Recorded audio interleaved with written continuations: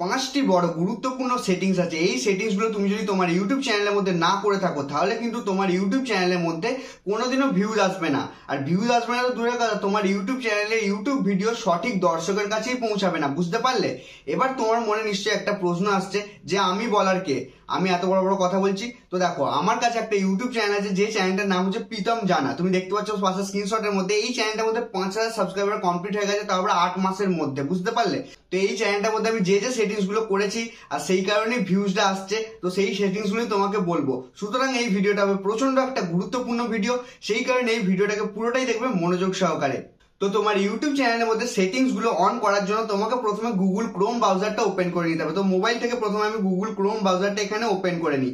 Open করে নেওয়ার পর এখানে তোমাকে সার্চ করতে হবে studio.youtube.com। ঠিক আছে, এখানে দেখতে পাচ্ছ studio.youtube.com, এই জিনিসটা লিখে এমনি সার্চ করে নেবে। সার্চ করে নেওয়ার পর এখানে লেখা থাকবে তোমার সামনে get the app continue to studio. তো কন্টিনিউ টু স্টুডিও অপশনটার মধ্যে ক্লিক করে দেবে।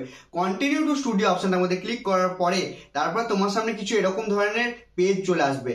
এখানে দেখতে পাচ্ছ নিচের দিকে একটা সেটিংস অপশন আছে, এই সেটিংস অপশনটার মধ্যে ক্লিক করবে। সেটিংস অপশনটার মধ্যে ক্লিক করার পর এখানে তুমি একটা জিনিস দেখতে পাচ্ছ চ্যানেল বলে লেখা আছে, চ্যানেল লেখাটার উপরে ক্লিক করবে। ক্লিক করার পর এখানে তুমি ভালো করে মনোযোগ সহকারে দেখো, তোমার এখানে কান্ট্রি মানে তুমি কোন দেশের বাসিন্দা সেটা এখানে সিলেক্ট করতে বলা হয়েছে। সেটা কিন্তু তোমাকে সিলেক্ট করতেই হবে। তুমি যদি সেটা সিলেক্ট না করো তাহলে কিন্তু তোমার চ্যানেলে যে ভিডিও সেই ভিডিও কিন্তু সঠিক দর্শকের কাছে যাবে না। তো এখান থেকে এটা করে নেবে, তোমার যেটা দেশ থাকবে তুমি সেটা সিলেক্ট করে নেবে। তোমার যদি বাংলাদেশ হয় তাহলে তুমি বাংলাদেশ করে নেবে, তোমার যদি ইন্ডিয়া হয় তাহলে তুমি ইন্ডিয়া করে নেবে।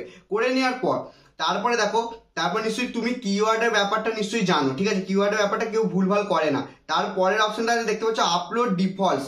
আপলোড ডিফল্টস অপশনটা যাওয়ার পর তারপর তুমি পাশে দেখতে পাচ্ছ অ্যাডভান্স সেটিংস, এখানে দেখতে পাচ্ছ অ্যাডভান্স সেটিংস। অ্যাডভান্স সেটিংস অপশনের মধ্যে ক্লিক করবে। ক্লিক করে দেওয়ার পরই তারপর তুমি এখানে একটা জিনিস দেখতে পাচ্ছ প্রচন্ড বড় গুরুত্বপূর্ণ জিনিস, সেটা হচ্ছে কি ক্যাটাগরি। ক্যাটাগরি মানে কি?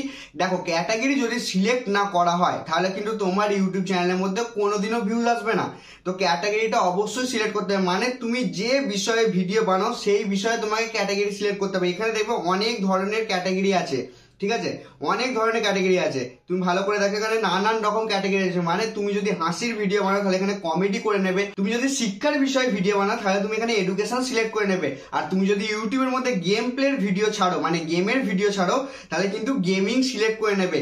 মানে তুমি যে বিষয়ে ভিডিও বানাও সেই বিষয়টা এখানে সিলেক্ট করে নেবে। সিলেক্ট করে নেওয়ার পর তার পাশেই একটা দেখতে পাচ্ছ বড় গুরুত্বপূর্ণ জিনিস, সেটা কি ভিডিও ল্যাঙ্গুয়েজ। মানে কি তুমি কোন ভাষায় ভিডিও বানাও। দেখো, এই জিনিসটা কিন্তু অনেক সবাই সিলেক্ট করেনি বা অনেক সবাই জানেই না যে এই জিনিসটা সিলেক্ট করতে হয়। হ্যাঁ, তুমি কোন ভাষায় ভিডিও বানাও এটা কিন্তু ইউটিউবের মধ্যে সিলেক্ট করে ইউটিউবকে বোঝাতে হবে যে তুমি কোন ভাষায় ভিডিও বানাচ্ছ, তবেই কিন্তু ইউটিউব তোমার ভিডিওটাকে সঠিক দর্শকের কাছে পৌঁছাবে, না হলে কিন্তু পৌঁছাতে পারবে না ইউটিউব।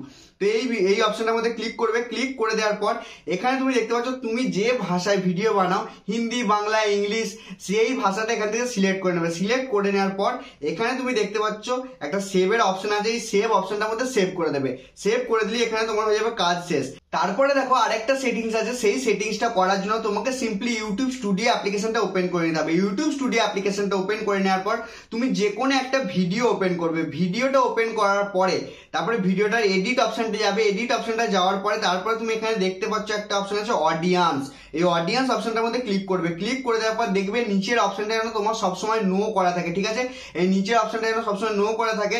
আর তার পাশে দেখতে পাচ্ছ এজ রেস্ট্রিকশন, এই অপশনটা অন করবে। অন করার পর এই অপশনটা যেন সবসময় নো করা থাকে। ঠিক আছে, এই দুটো অপশনই যেন নো করা থাকে। যদি নো করা থাকে তবেই কিন্তু তোমার ভিডিও বেশি দর্শকের কাছে পৌঁছাবে, তাহলে তোমার ভিডিও বেশি দর্শক দেখতে পাবে, আর তবেই কিন্তু তোমার ভিডিওর মধ্যে বেশি বেশি লাইক আসবে, আর বেশি বেশি কমেন্ট আসবে, বেশি বেশি ভিউজ আসবে। বুঝতে পারলে?